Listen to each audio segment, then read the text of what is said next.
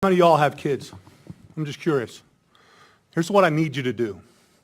When I tell you this story, think about your kids. Think about your child coming home from a night out with their friends, laying down, going to sleep, feeling somebody come in the room and wake them and drag her out of bed, naked, forced on her knees, with her hands over her head, begging for her life, begging for her hero, her father, me, that couldn't be there. She was 5'3". She weighed 115 pounds. Bang! Dead. Gone. Why? Because Alexander Devontae Dickey, who was arrested 39 goddamn times, 25 felonies, was on the street. How about that? How good are we doing for our family? How good are you doing for your kids? He should have been in jail for over 140 years for all the crimes he committed. You know how much time he spent in prison?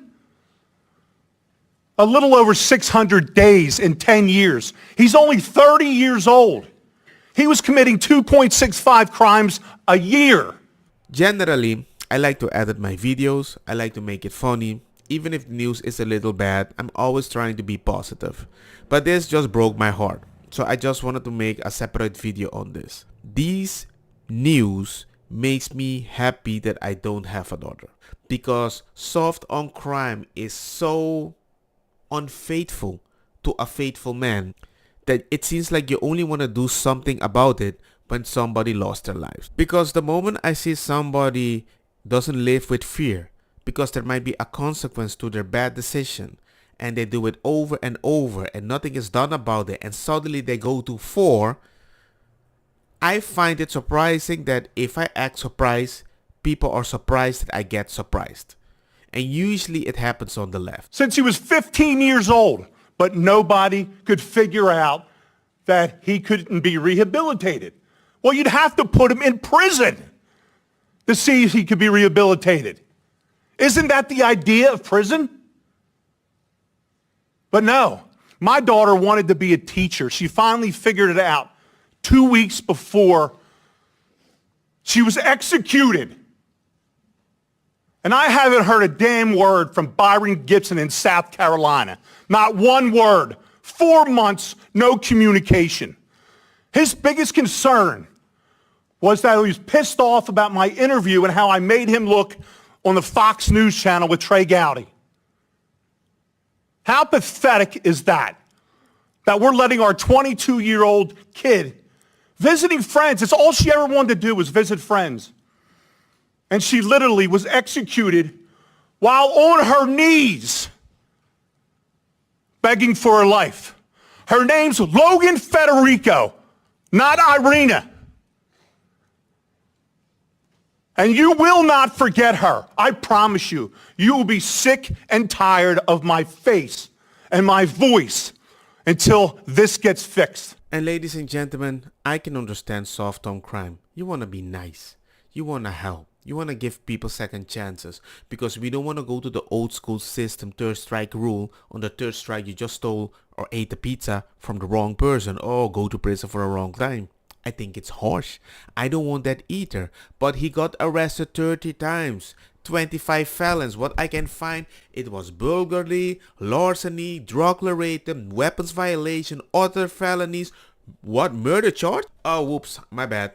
It just was the last one. Logan. I will fight until my last breath for my daughter.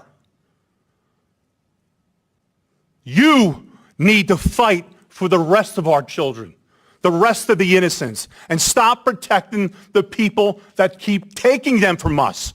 Please. You have the power. We put you in the power to do what you have to do. We're asking you, we're begging you all to stop this. 39 crimes in 10 years, 25 felonies. Can anybody there here explain to me, well, how possibly he could be on the street? Possibly be on the street. How is it possible? I could sit down in a room and I could explain the whole process of how it failed, how South Carolina failed, Logan, okay? How lack of communication. What y'all did, you woke up a beast and you pissed off the wrong daddy. Because I'm going to put it out there. And I'm not going to be quiet until somebody helps. Logan deserves to be heard. Everyone on this panel deserves to be heard. And we will. Trust me. My daughter laid on the floor for 7 hours before somebody in that house recognized that something was wrong. And that career criminal, an hour later, went on a spending spree with her debit card. When they saw his face on a video, they didn't have to do a check. He was arrested so many times, they knew who he was. They knew exactly where to go get him. Pathetic. Absolutely pathetic that I'm here today. Thank you for your time. Ladies and gentlemen, you can see the crime that he has committed right now. And think about it. In total, it's 140 years that he should have served. But in total, with all these arrests and all these felonies, he only served 600 days. If that isn't too soft, and the context is, Dixie records show a pattern of plea deals, suspended sentences, time served credit, and partial releases, allowing him to avoid long-term prison despite potential 140 years. Even my MS is kicking in. That means I'm getting a little stressed. That should prove to you something is not right with the current system. It wasn't before, but now we're justifying something that usually means one extra life might not be alive.